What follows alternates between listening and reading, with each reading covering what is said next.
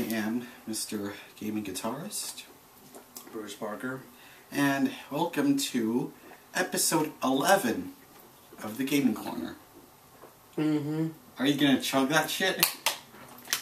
Nah, it's too cold. Anyway, Too cold. Yeah.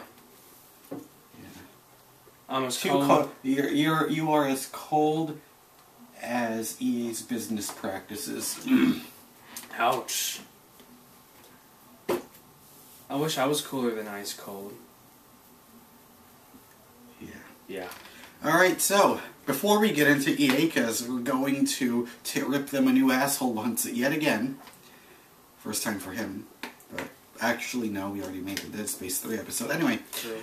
Okay, today we are going to talk about... First, we are going to talk about a game that I was not expecting to enjoy as much as the two of us did, because we sat down, Bruce has been here for the past few days, we've been just playing the shit out of it and just being, we'll get into that stuff later, but we have been playing Tomb Raider, the new one, and holy shit, it is great, it is amazing. I agree. And then there's Lara Croft. Yeah, and then there's that. Okay, so when people first heard of this, they're thinking, it's an Uncharted rip-off. This game is not gonna be good at all. But guess what? This game was great because it took some elements of Uncharted, but it still holds its own. Like you can tell, this is still its own thing. And I really liked this reboot because they could have continued from the story in Tomb Raider Underworld, but I liked this one a whole lot better because they're starting completely fresh, and I really like how this is going because towards the end, I'm not going to spoil anything, but you can tell there will be a sequel. You just know it, and I can't wait to see it because seeing the direction this is headed towards, I can't wait.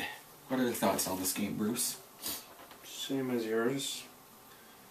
What you liked about the game? Might as well give out your pros. Okay, so the things that I really liked about it was I like the leveling up system.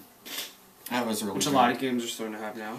And the thing is, see, you're just cashing out. No, it really works in a way, because there's a lot of things where you just... I never really considered myself a collecting whore, but I remember whenever I handed over the controller to Bruce, and I thought, loot those bodies! I need that XP to upgrade the weapons and everything! And to get more skill points. Don't forget raiding all the tombs, the secret tombs. That was fun. Yeah, the tombs were good. Some of them we spent nearly 90 minutes on trying to figure it out, and then I looked up on YouTube to see how to figure it out, and then it turns out all we had to do was this one simple little thing that seemed so obvious now, but we were missing it the whole time. Oh yeah. Yeah, there were plenty of moments in this game, and and the thing is, the story is good. I mean, the story was good because the way you see it, the game that you see in the trailers, once it unfolds, it turns into something completely unexpected. I noticed that too. Yeah, like the story is completely... But you know, yet again it was a teaser, so you never know what you were in store for. It goes in a direction that you never expected, and it's really... And, like, the things you saw, may have been good, but it only picks up from there, and you could tell you're playing a good game when, you know, when I first got it, it was 9:30 p.m. I got it from Gamefly, by the way, just renting it, playing it out, and once you're done playing it, it's like, you just don't want to stop, you just want to keep going. And part of me was kind of sad that when it was all done, because I still want to keep playing it, you know? Yeah. And it's like, what's the point when... What are you going to do? Upgrade your weapons when the story's already done? You got a point. Yeah, but the thing is, everyone keeps comparing this to Uncharted, but I got a few reasons why. This is more of a game than Uncharted is, because there's parts where the island just opens up and you get to explore everything. Yeah, I agree. And what did you think about the writing? The writing was pretty good, you know. I mean, they were able to add some emotional depth here and there. I mean, see, the thing Even is, though when it's not... something happens to Laura, you really fucking care. And I remember towards the ending, I was like shaking. Because it was so close to beating the final boss, and it just reminded me of playing Tomb Raider Legend, which is my first Tomb Raider game. And I really enjoyed that one, and this just brings up new memories. And the thing that I noticed is there are, and this is easily, without a doubt, the best game of the year I've played. So far. Yes. Because there's those games that come out, and you remember a lot of the things you did with it, like it's clearly vivid in your head. And I only get that with games that are really great and games that I really enjoyed. And I haven't really, and the only last times I've had that feeling was with like Assassin's Creed 3, Hitman Absolution, Halo 4, and I really enjoyed them. Like, I clearly, vividly remembering everything, and then I can tell a few years down the line, if I ever try to pick this up again, this will slowly become nostalgia, just like all the other games have become, because I remember every little thing I did, and it's like what is old is new again. Like, I get those feelings again. Yeah. Well, you know, the best part about a game as good as Tomb Raider is that there's still so many good games coming out this month. You got God of War Ascension, you got Gears of War Judgment, you got BioShock Infinite. So The Last of Us, Grand Theft Auto 5. No, we're talking about this month. This month. Oh, that's right, never mind. Yeah, so this month is Yeah. in store for a lot of goodies, basically. Can't wait for that shit. And he happens to own, or is going to own one of them. Now, of course, he'll be able to give his thoughts on God of War and Gears of War eventually. And maybe in the same video, since they're so close to each other. But it depends on how long you hold on to them. But, you know, I'm interested to see what you think about the multiplayer on those games, God of War and Gears of War, because you know that they're going to be big multiplayer games. And speaking of multiplayer, we're going to talk about the Tomb Raider multiplayer. We'll get into that first, but... see, the thing is, I'm a generally calm person. You know, I don't really talk much about female characters. Oh, I really know. This game really brought out the fucking pervert in me. It really did. I think it brought out the pervert in everyone. I mean, you are... Another thing to compare Uncharted and Tomb Raider. I would much rather be looking at Lara Croft from behind for how long is this game? 15 hours. Than Nathan Drake for 8 hours. Don't get me wrong, Nathan Drake is cool. He's badass, but come on, this is Lara Croft. We need some nice eye candy to look at, and that's what Lara Croft. But the thing is, she's so much more than that. I mean, it's like she becomes a character that you over time learn to respect and feel and sympathize towards. And hopefully, but now at the end, now that she becomes reestablished as the badass Lara Croft that we all know and love. Oh, I just remembered something. There's this one really funny line I said. That like, I can make, you know how there's these times when I can make jokes about Joan Rivers on the spot. I can make perverted jokes towards Lara Croft within an instant. I remember there was this time when we had to fix this elevator, and then she says, "I have to, all right, I just have to pry these off," and then I said, "Yeah, I'd like to," and then I said, "Yeah, I'd like to pry your clothes off in bed." Yeah, you went there. Yeah, I went there. Are we done talking about your pervertness? Yes. On to the multiplayer. Alright, so... Now, the thing with me is I'm never really much... I am not a multiplayer person at all. It's not competitive. I'm not really. The thing, how I see it is, multiplayer, you just start playing it, and it just feels all the same to me. It's like you just go around. It's like it doesn't feel like I ever really gain anything from it. Because he's not a competitive person. See, exactly. Me, I'm a full-on competitor. The way I see it is, I would much rather be immersed in a great single-player experience than just going to multiplayer. That's just, except when it comes to co-op. I do enjoy co-op. But when it comes to like regular competitive multiplayer, it's not really my thing. So because co-op, you don't have to be competitive because you're with some other person. Yeah, everyone just plays Call of Duty and Halo, a multiplayer. It's just not my thing, Because you're not competitive. How many times do you have to add that? Because multiplayer is for competitive people, and you're not one of them. That's why you're not into it. See, me, I'm all about competition. So I tried it out, and I hated Team Deathmatch. It just felt too generic to me. Well, there's got to be more to it. And it's like, and there were other parts that really bugged me. Like, don't mention the L3, but I hated that you could not take cover. And then on a random loading screen it says, press L3 to crouch. Why didn't you tell me that in the beginning, you fucks? And then another thing I hate is... But there's a plus. You can sprint in the game. Yeah, which is weird. You can't sprint in the campaign. I find that interesting. I guess it's something that the multiplayer has. Well, I guess it doesn't really matter since Laura can jump higher than a fucking gazelle. That's true. Team Deathmatch, I felt could have been better. Something just didn't seem right. But once we got to play Rescue... But then there's this one unique mode called Rescue, where you have to take medical supplies, and then the other team tries to stop you from doing that. Mm-hmm. And that one was okay. To turn out doing something competitive. Yeah, okay. I like Rescue. And then you did and then that was when I stopped because I'm not really one to talk about multiplayer, but if you want to know the thoughts of someone that plays multiplayer often, I might as well let Bruce talk about it. So what did you think about the rest of the modes? Well, I wanted to check out the other two modes, but I guess his competitiveness kind of ran low. So, but yeah, again, it was already low to begin with, right? Cry for Help. The one where you have to get all the batteries or get the radio transmission, depending on what side you're on.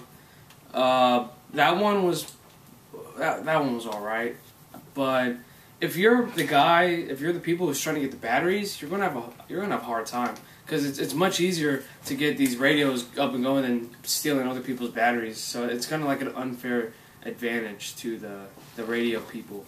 But aside from that, I mean, it can be fun, just depending on what side you're on. And then there's Free for All. A mode that I've been either good at or terrible at. It just depends. Like Call of Duty 4, I was great at it.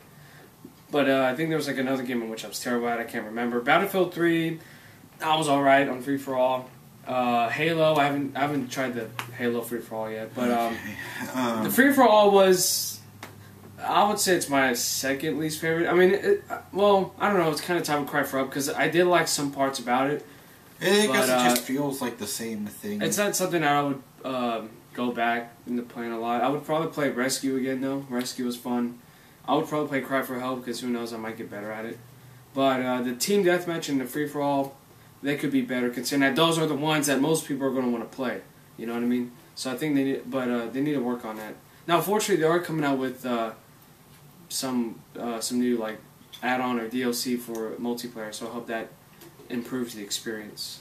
And the thing is, do you see this as a game that people will still be playing in multiplayer for 3 months, 6 months?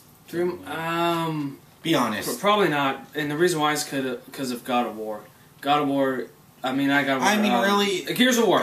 Gears of War. God, why do I have to be so similar in the title? Gears of War. They're both a GOW. Yeah. Well, Gears of War Judgment.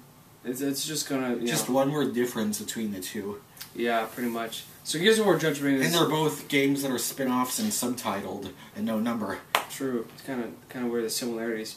Yeah, they're both third-person shooters, but Gears of War has already established quite the reputation online. Now, I haven't really played too much Gears of War online. But that's because Tomb Raider isn't really a third-person shooter.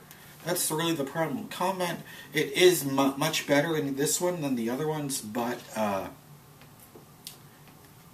It works as a third-person shooter online. Now, they do. But whereas Gears of War is just it is a full-on third person. That's really the main difference. Why? Because, yeah. And even God of War Ascension will add something new to the multiplayer realm because it's just different, you know what I mean? So I think people are going to want to try it out because it's different. And, you know, from what I'm hearing, it's better, too, than the Tomb Raider multiplayer. They could make it better, the multiplayer for Tomb Raider. They could, but I don't know if they will. All right. So, but we'll have to see how it goes in the next few months. And by the way, you might be thinking you're hating on Uncharted. No, I'm not. You saw my PS3 unboxing video. I loved them. But as a whole, Tomb Raider is you get more of a gameplay experience, whereas Uncharted, it's all linear. Okay, now you're just stealing other people's phrases. No, I'm not. Well, that video we watched yesterday, you're basically saying the same thing. Like, I don't know, people were assuming that you were hating on Uncharted in the first place in this video. I didn't get that notion. I just you know, it's the internet. Assholes are on commenters all the time, so you have to cover all your grounds. I love Uncharted. I haven't played too much of it, but I love it just has this movie experience that just kind of dives you in. And it just really bugs me that they're making an Uncharted movie when it doesn't need to. They're already movies! Basically. Yeah, okay. So, I seriously need to get to playing some Uncharted soon. Okay, so, next. Okay, let me just say this. I have never played this series before, but I have to... Okay, yeah, alright, don't spoil it yet. I'll lead into it. I have never played this series before, but I do know its dedicated fan base, and I have seen the,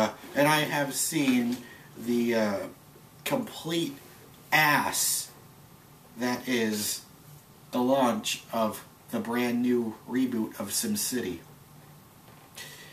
This is a perfect example of EA being Electronic Arts. The thing with them is, I knew this was going to happen. The second I heard always online, okay, servers are going to crash, no one's going to be able to play it. And guess what? It happened. And the thing is that I hate is, I know this is a good game. I know it is good. But the thing is, EA's stupid business practices are ruining Maxis, their developers. And I already touched on this in my EA Rant video that I made. But I just can't stress this enough. I hate it when publishers always limit developers and what they can and cannot do. I mean, yeah, publishers, we're the ones that are making you money. Yeah, but developers, yeah, we're the ones making the game! So, I'm reading an article about Maxis saying that the problems are almost behind us. And, but, do you think that's true? Are the problems going to be behind us in the next few days? Okay, the thing is, you have to have an Origin account. And... which alone no one really wants, but you gotta have it. Yeah. Yeah. And I just... God, I hate it when stuff like this happens. And it's another perfect example of how DRM is just ruining games. Because the thing is, do you solve piracy? In some ways it's debatable, but it's a pain in the ass for everyone else just because you want to stop that percentage of people that want to pirate the game. And I mean, when the developers are playing it, you could testing it, it's running online, you could tell it is just fine. But that is just the most bullshit explanation I've ever seen for a game. If you're talking about an MMO, I can understand.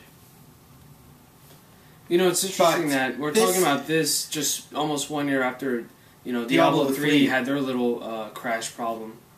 And I think I know someone who eventually got it going, you know, working again, but I'm pretty sure that it pissed them off firsthand. Who knows? I don't know if he experienced that problem like a lot of people did, but... Who did? Just someone I know who plays a lot of PC. He's a PC games. Yeah, he's all about the Warcraft. I think he played StarCraft too. You know, he's a big Blizzard fan. Let's just put it that way. Okay. But he also plays, you know, fighting games. He loves fighting games. You know. Anyway, yeah, EA, yeah, they tend to get their hands in a lot of stuff. Let's put it that way.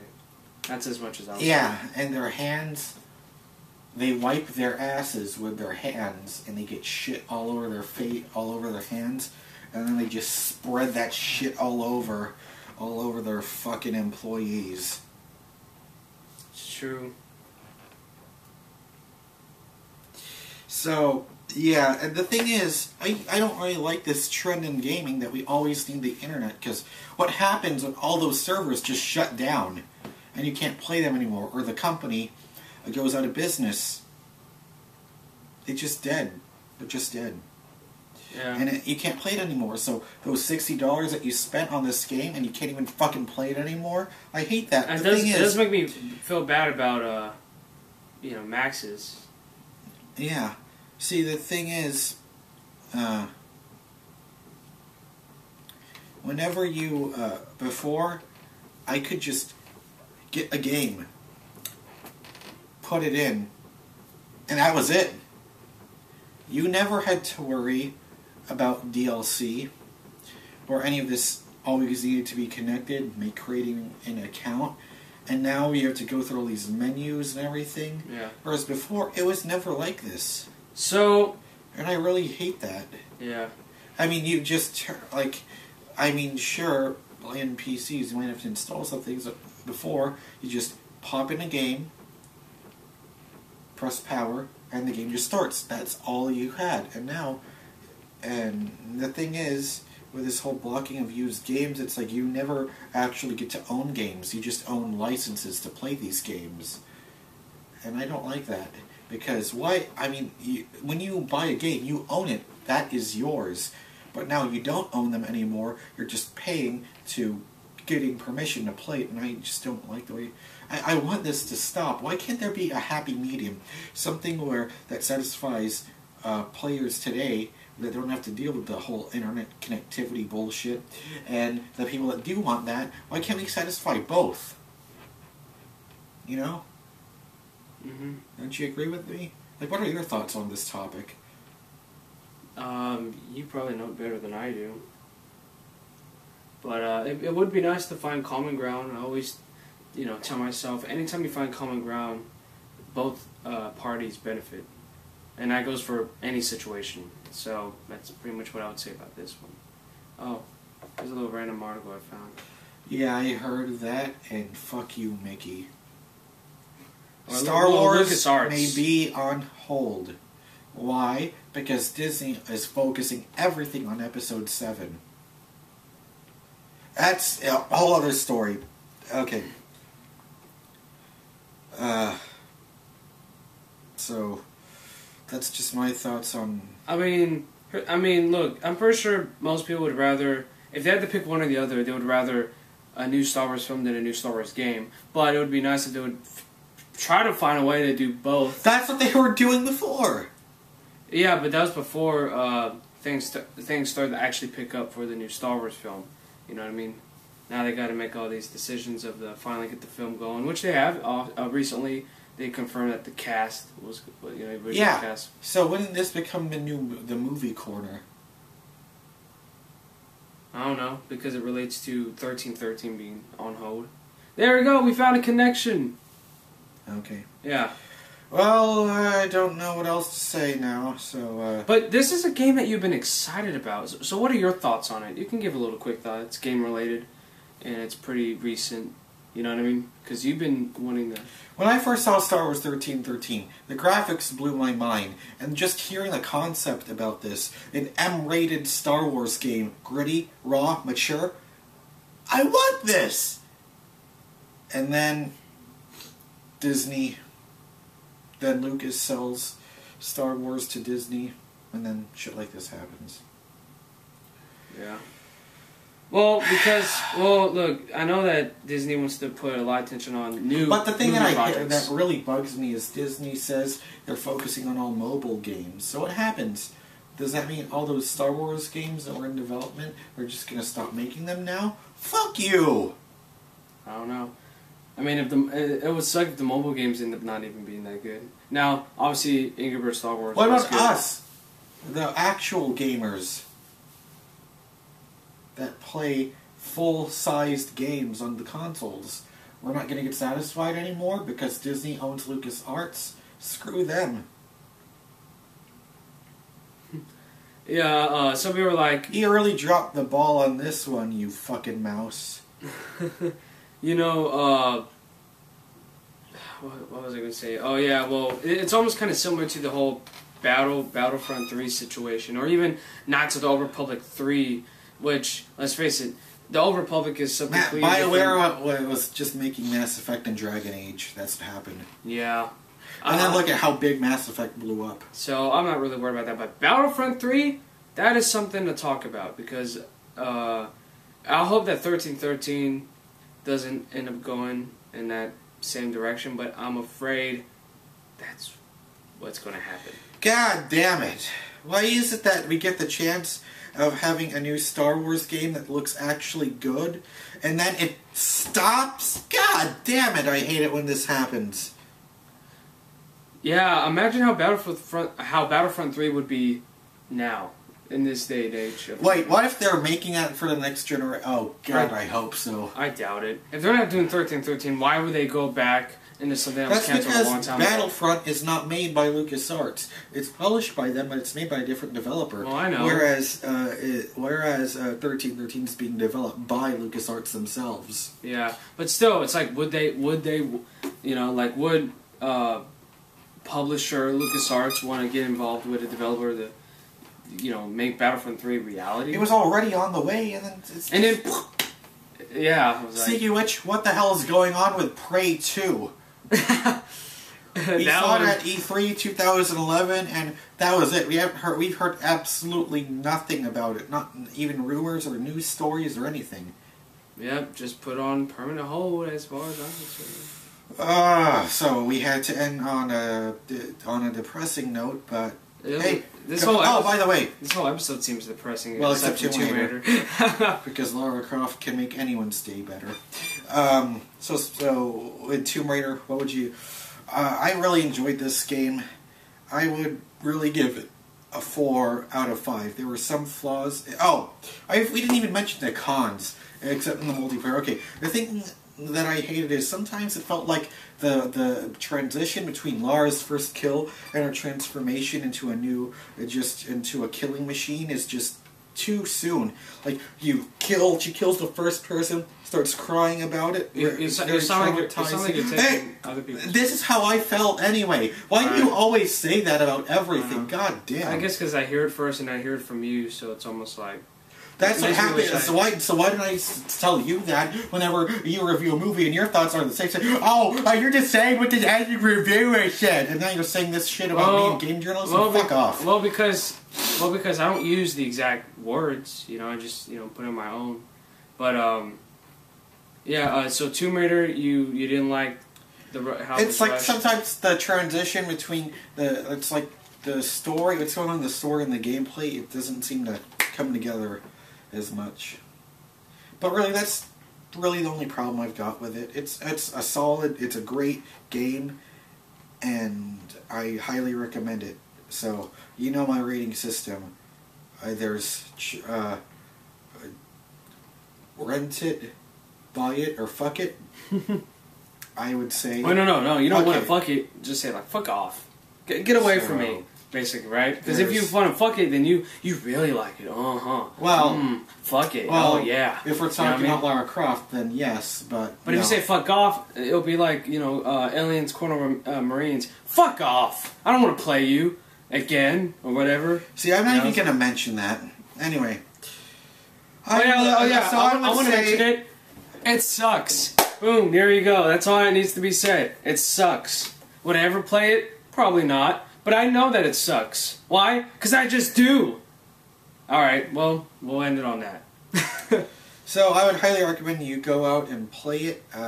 Is it worth the buy? Well, depends how long you want to play the story for. If you just want it for the story, I'd say rent it. If you really want to go out and collect every little detail, go ahead. And if you're a big fan of Tomb Raider, then you don't need me to tell you that you're going to buy it. So that's really... Or you already have it right now, so... Yeah, that's it. I've been Mr. Gaming Guitarist. I've been Bruce Parker. And see you next time. How long was that? Hello, everyone. There. This is Mr. Gaming Guitarist and Bruce Parker, and we found a glitch in the newest Tomb Raider game. Look at this. Let's look around for some supply. Whoa. Yeah, that shotgun is floating. Wow. Look at that. Wow. Yup. Floating shotgun.